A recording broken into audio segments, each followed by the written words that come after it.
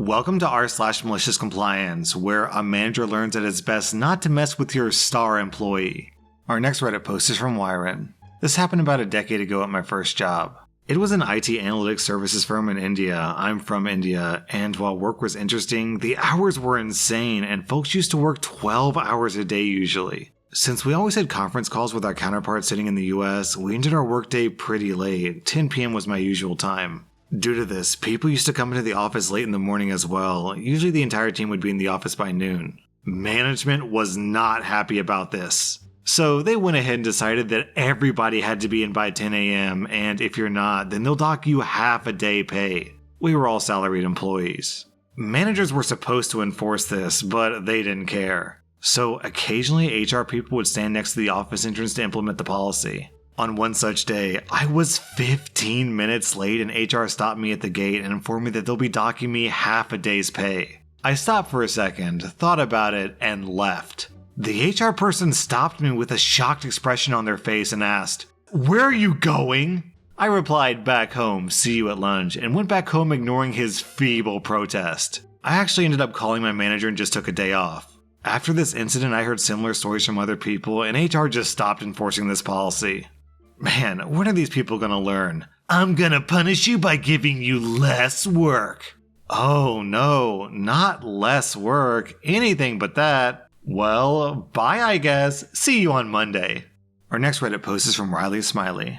So I work for a grocery store as a personal shopper for their in-house grocery pickup and delivery service. Not to toot my own horn, but I am uncontestedly the fastest and best employee in the entire day shift.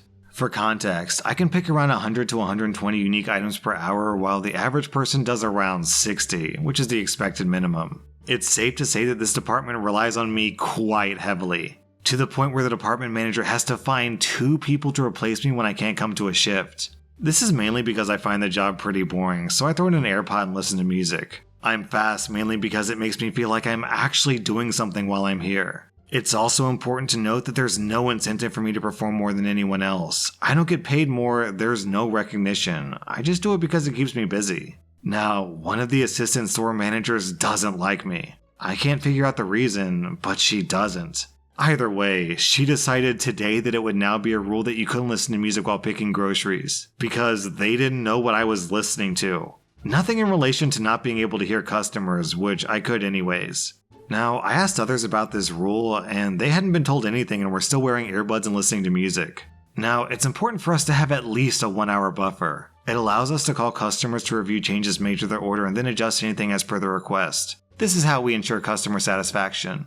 Today it was really busy, and we could barely keep that buffer up even with me at full productivity, and that's when I was told that I could listen to no more music. That's when things began to nosedive, and fast. Within half an hour, we had lost half of our buffer, and by the time I was done with my pick, we had completely lost it. The assistant manager is now being chewed out by the general manager because we're behind, and that's a serious issue. She then looks at the chart that shows our pick rates and asks him where I am, explaining that we shouldn't be behind with me there. All the while I'm sitting there taking my sweet time writing bin tags until she confronts me and asks me why I'm picking so slowly. I explained that I had no obligation to go above and beyond, and that because there was a clear double standard being held, I didn't see a reason to perform at a higher level than the rest of the department. After the cogs in her head finally stopped turning, she realized that it's probably best if she allows me to listen to my music and sent me on my way.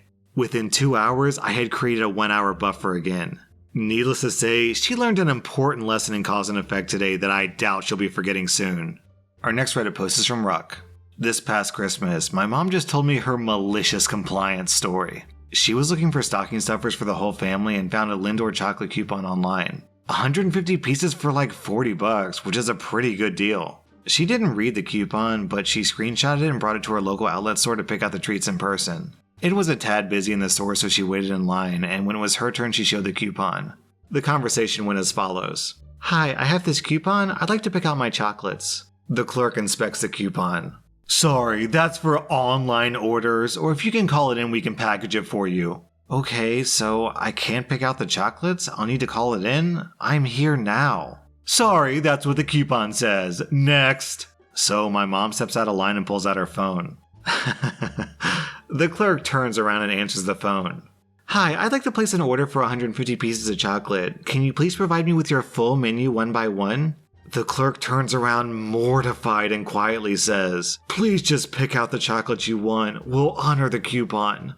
And down in the comments, we have this story from Anomalous Cowherd. A few years ago, the local electronics store had much cheaper prices online than in the store, but I hadn't realized. I picked up what I wanted in the store, and I was shocked when the higher price rang up. I asked them to give me the online price, and the smug guy behind the counter said they couldn't do that. I walked off and left the item by the checkout. Then I walked outside, ordered online for collect in store, and walked back in.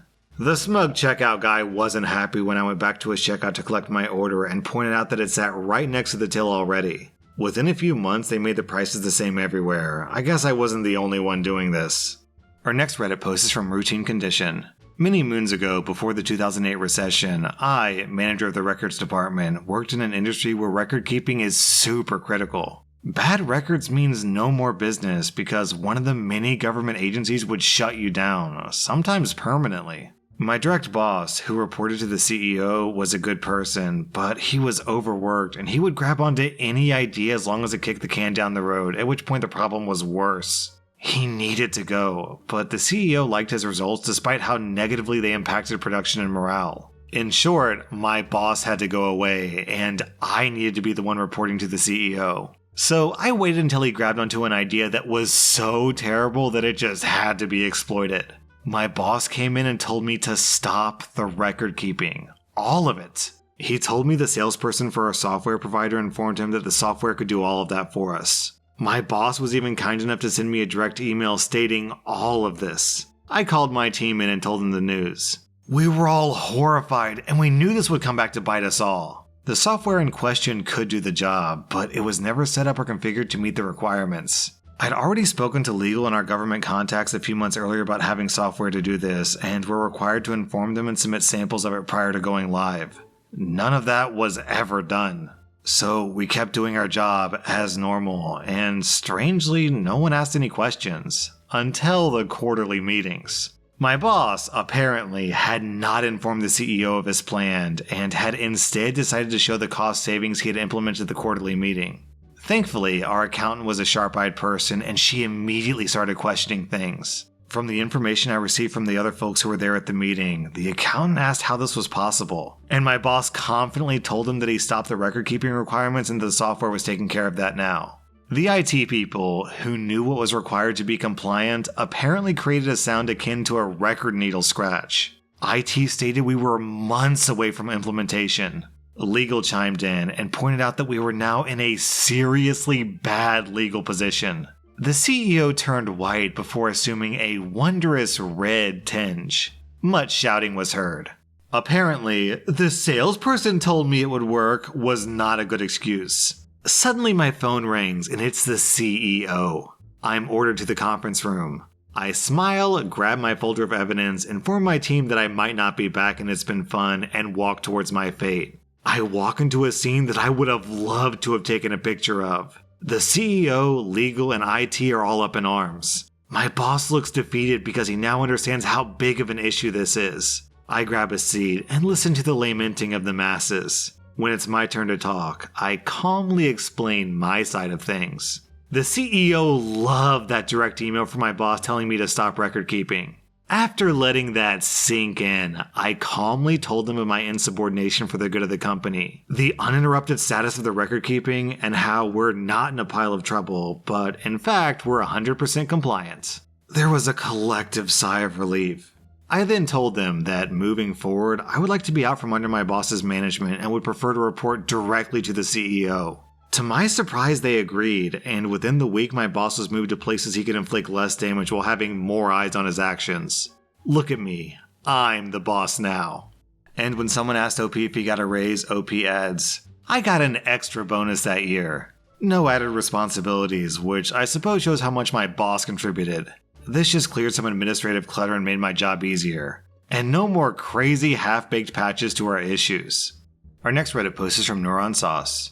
During undergrad, I worked at a deli in a major supermarket. Most of my coworkers were also in college, and we all got along and generally had a good time.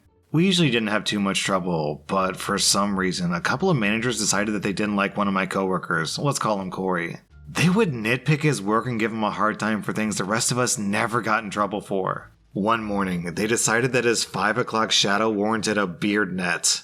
Now, this was an unusual request considering that 1. No one without a beard had ever been told to do this before, and 2. He barely had any stubble. And 3. They made a big deal about it and seemed to be trying to make him feel bad about it.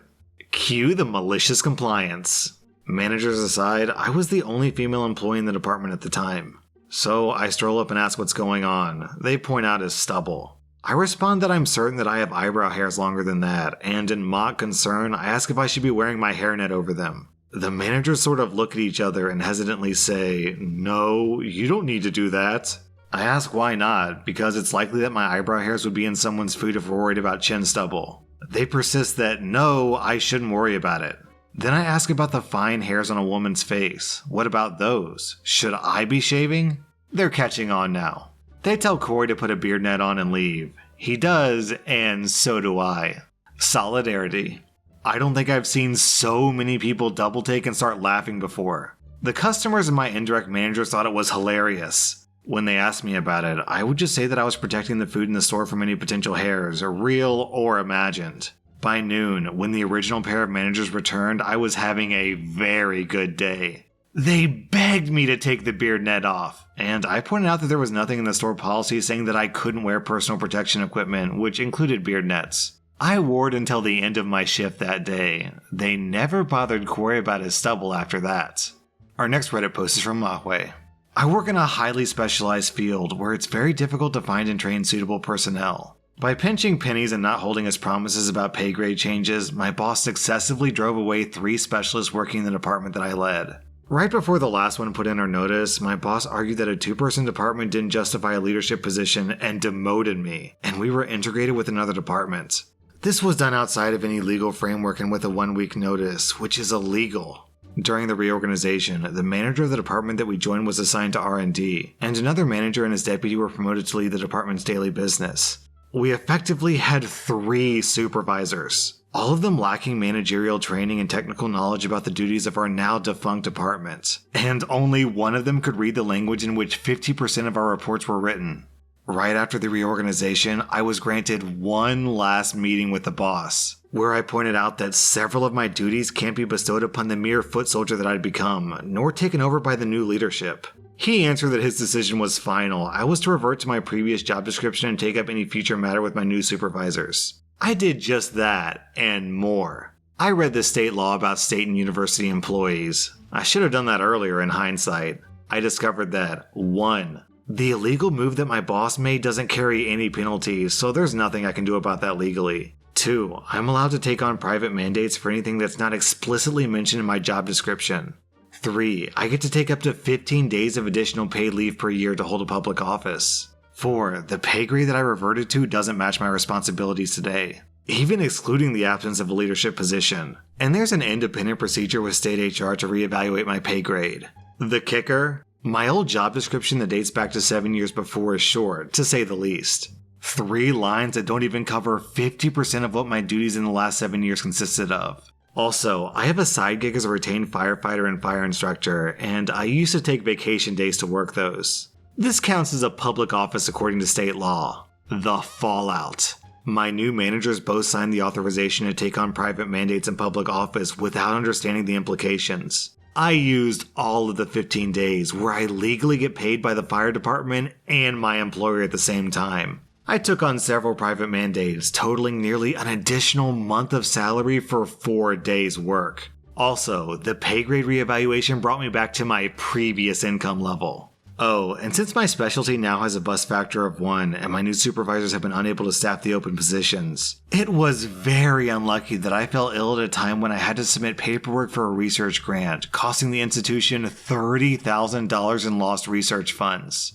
Our next Reddit post is from Lunatic976. When I was a college sophomore, we had this professor, Mrs. Wing, in religious studies who would act like her subject should be our top priority. Although we came from different majors, religion studies is just a filler subject needed for students in our Catholic college. She wanted us to come to every meeting because attendance is part of the grade, which was fine by me. But she would give us too many research assignments for so little time. This class is a Tuesday-Thursday one, so if she gave us 3 research assignments on Tuesday, she was expecting us to submit the assignments by Thursday the same week. This created a problem for all of us since we have a lot of things to do for our other classes. But it would be a hassle to fail a subject like this. Retaking a major subject is acceptable, but retaking a filler subject is annoying. One Tuesday she gave us an assignment. A 4,000-word essay to be submitted on Thursday. 4,000 is a lot for us given the time frame. And that was the week before midterm, so it gave us a hard time. But here's the catch. She wanted our essay on a single sheet of short bond paper. It's literally impossible to fit a 4,000-word essay on one page. A classmate of mine, Nathan, asked Mrs. Wang about the single page thing. Nathan asked if we could submit multiple pages to accommodate the 4,000-word essay.